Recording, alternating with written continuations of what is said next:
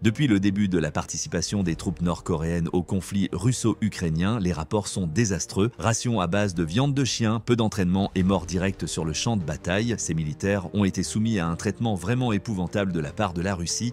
Cependant, la terreur a pris une tournure encore plus sinistre et répugnante. Ces soldats ne peuvent échapper à la brutalité de la Russie, même dans la mort. Aujourd'hui, les visages fondent, les identités sont détruites et les corps mutilés sont brûlés au point d'être méconnaissables. Mais qu'est-ce qui peut bien motiver un dirigeant à agir de manière aussi barbare? Découvrez-le en regardant cette vidéo. Malheureusement, il ne s'agit pas d'une hyperbole. Les horreurs dont nous parlons ne sont pas simplement des oui-dire ou des déclarations exagérées. Volodymyr Zelensky, le président de l'Ukraine, les a personnellement confirmées.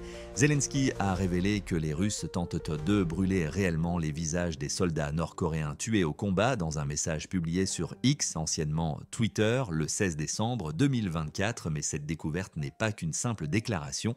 Des preuves ont été apportées. Ce qu'il a décrit est retranscrit dans une vidéo terrifiante de 31 secondes publiée sur le compte X officiel de Zelensky et sur son canal Telegram. Au bout de 24 secondes, on peut voir un groupe de personnes brûler ce qui semble être un cadavre sur une pente enneigée. Cette scène est expliquée dans les sous-titres. Même après la mort d'hommes nord-coréens, les Russes tentent toujours de dissimuler leur visage. Selon certaines sources, la vidéo montre les conséquences des conflits dans la région de Koursk, en Russie. Même si ces atrocités sont apparentes, leur caractère impitoyable les rend presque irréels. De nombreux rapports style font état d'atrocités dans le cadre de la campagne de destruction menée par la Russie. Cependant, même lorsque des preuves sont filmées, elles peuvent sembler irréelles et troublantes. Pourquoi ce cauchemar se produit-il? Pourquoi les moyens les plus horribles d'effacer les morts des soldats nord-coréens ont-ils été utilisés comme des pions dans cette guerre cynique? La solution réside dans un pragmatisme froid et délibéré. Le fait que des troupes nord-coréennes soient impliquées dans ce conflit montre à quel point la Russie est désespérée. Pyongyang et Moscou ont tous deux fait des déclarations évasives sur leur droit à la coopération militaire, mais aucun n'a officiellement reconnu son déploiement. Les faits, cependant, ne peuvent être niés en dépit de ces tentatives pathétiques et sanglantes. Selon les services de renseignement ukrainiens et les observateurs étrangers, au moins 10 soldats nord-coréens ont été envoyés pour participer à la guerre en Russie. Il s'agit du plus grand engagement documenté d'un pays non combattant dans le conflit. Il y a une raison évidente à ce secret. Pour la Russie, ce partenariat est extrêmement embarrassant. Elle reconnaît qu'elle doit s'appuyer sur l'un des gouvernements les plus éloignés et les plus oppressifs du monde parce que ses propres forces sont insuffisantes pour soutenir l'effort de guerre. En brûlant les dépouilles des soldats nord-coréens tués, la Russie tente peut-être de détruire toute preuve de son implication avant qu'elle ne s'étende davantage. La tentative de dissimuler les énormes pertes subies par l'armée nord-coréenne est un deuxième motif plausible pour cet acte odieux. L'objectif de ces troupes était de soutenir les forces russes qui, selon l'état-major général des forces armées ukrainiennes, ont perdu un nombre incroyable de 777-720 soldats entre le 24 février 2022 et le 24 décembre 2024. Les forces nord-coréennes se dispersent elles aussi comme des mouches. Vladimir Poutine, le président de la Russie, cherche désespérément à cacher au monde le coût réel de sa dépendance à l'égard des combattants étrangers. Sur le champ de bataille, les forces nord-coréennes auraient subi des pertes dévastatrices. Au moins 1 de ces hommes ont été blessés et des centaines d'autres tués depuis qu'ils sont entrés en action au début du mois de décembre. Selon Zelensky, le bilan est beaucoup plus lourd. Plus de 3 personnes ont été tuées ou blessées. Et les rapports sur le champ de bataille montrent la rapidité avec laquelle ces chiffres ont augmenté. Selon les normes actuelles, les chiffres initiaux étaient plutôt bas. Par exemple, les services de renseignement de défense ukrainiens ont indiqué qu'au cours d'un week-end, 30 soldats nord-coréens avaient été tués ou blessés lors d'affrontements dans les villages de Plekovo, Ferozhba et Matinovka. Des chiffres similaires ont été avancés par les forces spéciales ukrainiennes qui ont déclaré qu'en 3 jours, 50 soldats nord-coréens avaient été tués et 47 blessés. Il n'est donc pas surprenant que les unités nord-coréennes combattant avec les forces russes à Kaoursk aient enregistré un nombre de morts inacceptable. Ces pertes énormes sont principalement dues à la tactique des unités nord-coréennes. Selon des témoins, ces troupes ont mené des opérations d'infanterie semblables à celles de la guerre de Corée, avec des vagues de soldats avançant à l'aide d'engins vétustes. Armés de drones et d'autres armes de pointe, les forces ukrainiennes ont pleinement exploité ces faiblesses. Par exemple, l'unité Faust des forces spéciales ukrainiennes a affirmé avoir utilisé des drones légers pour tuer 33 soldats nord-coréens, malgré les tentatives des soldats de s'enfuir ou de riposter aux drones. La stratégie russe consistant à se figer sur place une fois que l'on émerge semble avoir été copiée par les Nord-Coréens. nord-coréens. L'ampleur surprenante des pertes nord-coréennes a même été révélée par des communications interceptées. Dans un appel rendu public par l'agence de renseignement ukrainienne, la SBU, une infirmière d'un hôpital moscovite a fait état de l'arrivée de trains de soldats nord-coréens blessés en provenance de 200 pays en l'espace de 2 jours seulement. Selon l'infirmière, les salles de l'hôpital ont été libérées spécialement pour ces troupes et les membres du personnel avaient du mal à communiquer avec eux en raison de problèmes linguistiques et de règles strictes interdisant l'utilisation de l'anglais. Elle s'interroge avec amertume sur leur prétendu statut. Ces Coréens font-ils partie de l'élite ou quoi? Il est évident que leur montée en puissance inattendue déconcerte même ceux qui sont chargés de soigner les blessés.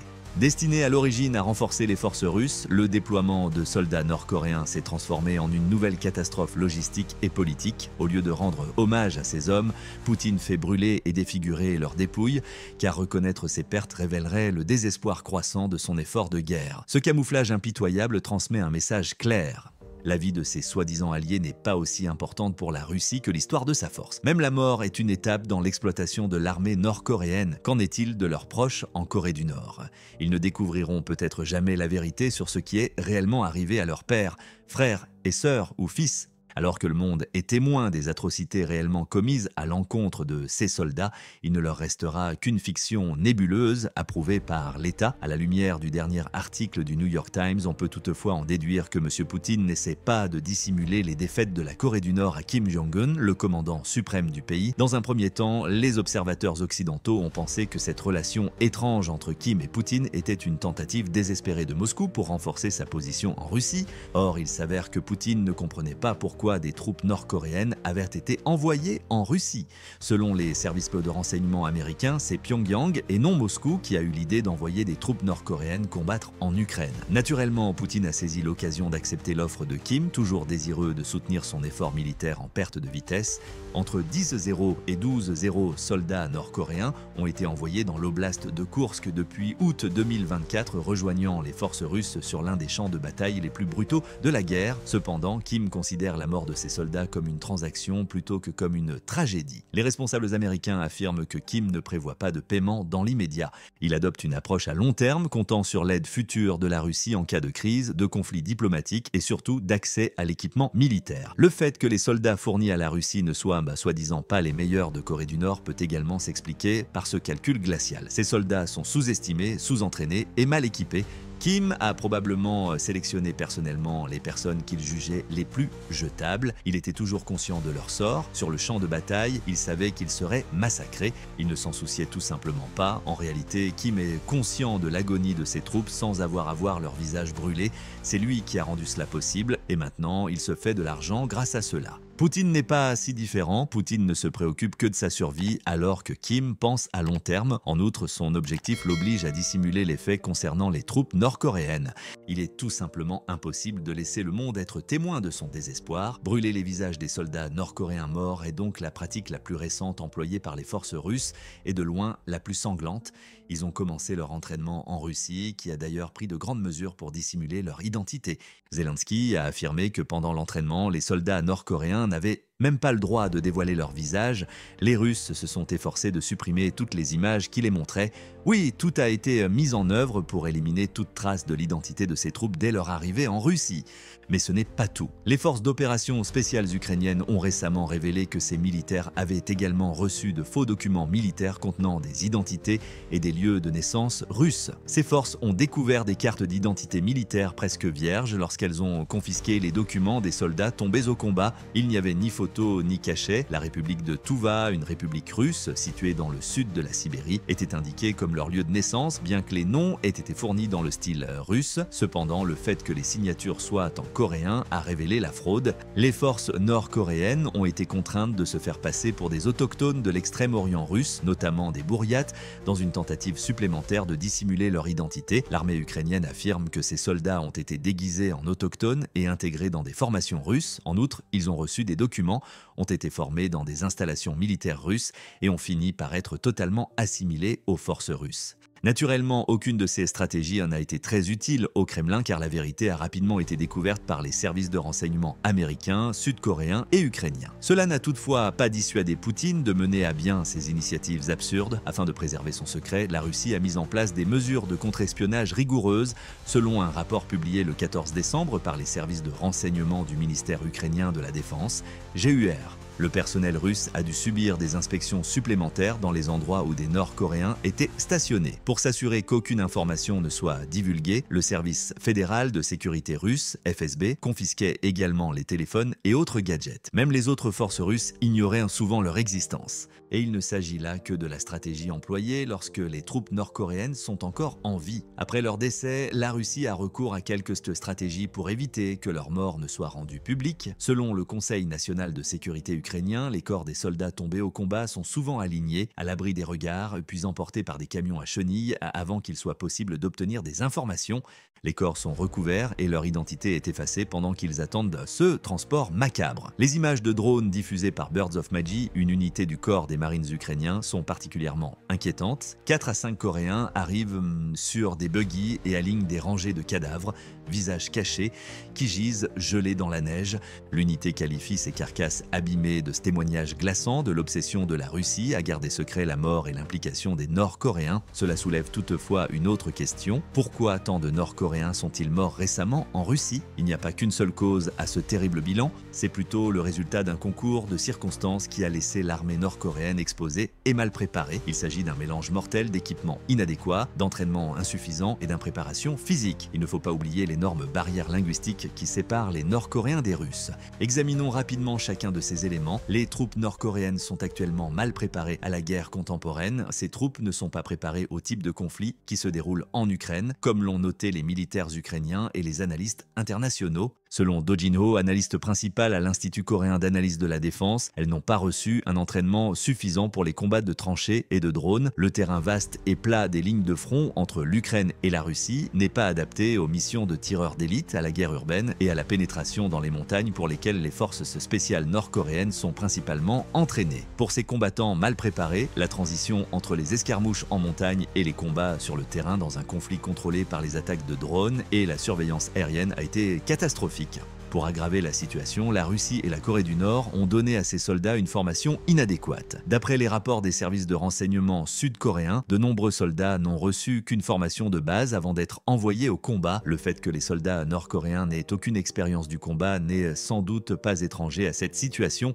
L'ancien sergent de l'armée nord-coréenne, Han Chan-il, affirme que l'ensemble de l'armée nord-coréenne est dépourvu d'expérience de combat réel depuis des décennies. En raison de leur manque d'exposition au combat réel, ces soldats étaient mal préparés à la sauvagerie du conflit en Ukraine. La meilleure façon de caractériser l'état physique de la majorité des forces nord-coréennes est de dire qu'elles sont mal préparées. Avec une armée de plus d'1,3 million de membres actifs, la Corée du Nord est peut-être l'un des pays les plus militarisés au monde, mais la réalité de la vie militaire est loin d'être parfaite. Le transfuge nord-coréen Kim Song-han s'est souvenu de la faim intense que lui et ses compagnons d'armes ont endurée pendant leur service. Kim a affirmé que les rudes marches hivernales sans sommeil, la nourriture inadéquate et les traitements médiocres étaient tous présents. Les pénuries alimentaires affectent encore l'armée nord-coréenne aujourd'hui et le manque de soins médicaux fait que de nombreux soldats contractent des maladies parasitaires. La découverte choquante de vers parasites mesurant jusqu'à 10,6 pouces de long chez un transfuge témoigne du mépris total pour la santé des troupes. Cependant, les troupes auraient toujours rencontré des difficultés sur le champ de bataille, même si elles étaient bien entraînées, expérimentées et en bonne forme physique lorsqu'elles sont arrivées en Russie. Pourquoi? C'est aussi simple que cela, ils sont incapables de comprendre ce qui se passe. Des législateurs sud-coréens ont révélé que plus de 100 termes militaires fondamentaux ont été enseignés en russe aux soldats nord-coréens. Toutefois, ce cours intensif est insuffisant, en particulier pendant les combats.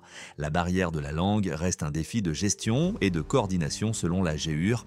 En plus de nuire à la coordination au combat, une mauvaise communication augmente le risque d'erreurs fatales telles que les tirs amis. Dans l'un de ces cas, 8 hommes ont été tués lorsque des soldats nord-coréens ont involontairement ouvert le feu sur des soldats tchétchènes des bataillons Akash et Mat qui combattaient aux côtés de l'armée russe. En fin de compte, les troupes nord-coréennes envoyées en Russie se heurtent à des obstacles insurmontables. Les gouvernements nord-coréens et russes les utilisent comme de la chair à canon car ils manquent d'indices d'entraînement, de capacité de communication et de résistance physique. Et naturellement, ils sont maintenant souillés et dépouillés de leur identité une fois qu'ils sont décédés. Même l'honneur de se souvenir d'eux en tant que personnes uniques leur est refusé. L'Ukraine a décidé de profiter des forces russes après avoir été témoin des atrocités qu'elles ont commises contre leurs alliés nord-coréens. Aujourd'hui, le seul objectif de Kiev est de persuader ses soldats de faire défection et de soutenir l'Ukraine. Zelensky explique le raisonnement de base. Les Coréens n'ont aucune raison de se battre et de perdre leur vie pour Poutine. Le président ukrainien a ajouté que la Russie continuerait à se moquer d'eux même après leur mort. L'Ukraine tente de démontrer à ses soldats que la défection est leur meilleure option pour survivre et avoir une vie meilleure. En fait, Kiev avait déjà cet objectif en tête avant que les histoires crues de démembrement de cadavres nord-coréens ne fassent les surfaces. Selon des rapports antérieurs, les services de renseignement ukrainiens utilisaient des drones et des mortiers pour distribuer des tracts et même réaliser des vidéos incitant les soldats à fuir. Selon Vitaly Matvienko, porte-parole de l'initiative Je veux vivre, les troupes nord-coréennes ne sont pas toutes désireuses de se battre. Nous sommes bien conscients des conditions de vie en Corée du Nord, a-t-il fait remarquer. Par conséquent, beaucoup y voient une occasion de fuir le régime et de s'installer à l'étranger. Mais la majorité d'entre eux ne pourraient entrer que passer de vie à trépas dans cet autre pays. Les tracts largués par les drones véhiculent un message clair à cet égard. Kim Il-sung ne voulait pas que les soldats nord-coréens se battent pour les impérialistes russes. Outre des instructions détaillées sur la manière de se rendre, les brochures offraient des avantages et des garanties à tous ceux qui choisissaient de rendre leurs armes. Un volontaire nord-coréen dans l'armée ukrainienne a appelé ses concitoyens à faire défection dans une vidéo publiée sur le canal Telegram de l'Ukraine. Selon le texte accompagnant le film, ceux qui s'exécuteront seront libérés de Big Brother qui surveille tous les citoyens nord-coréens. Il qualifie même de péché le fait de ne pas saisir cette chance spéciale. Cette représentation semble très juste étant donné ce qui est arrivé à de nombreux soldats nord-coréens qui ont combattu pour la Russie.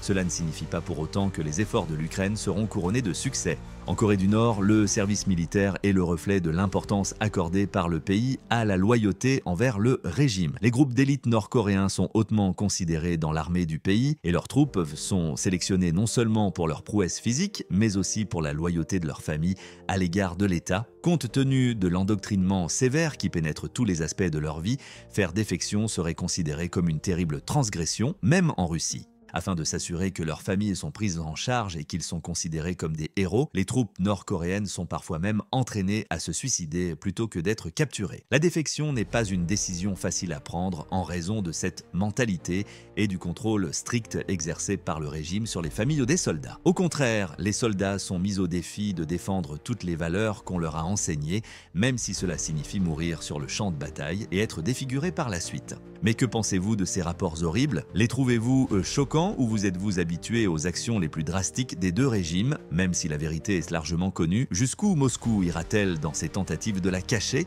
Enfin, pensez-vous que Kim enverra d'autres soldats mourir en Russie après avoir mutilé les siens? Ou sera-t-il contraint de changer d'avis face au nombre croissant de victimes et au tollé international? Faites part de vos idées dans l'espace réservé aux commentaires ci-dessous.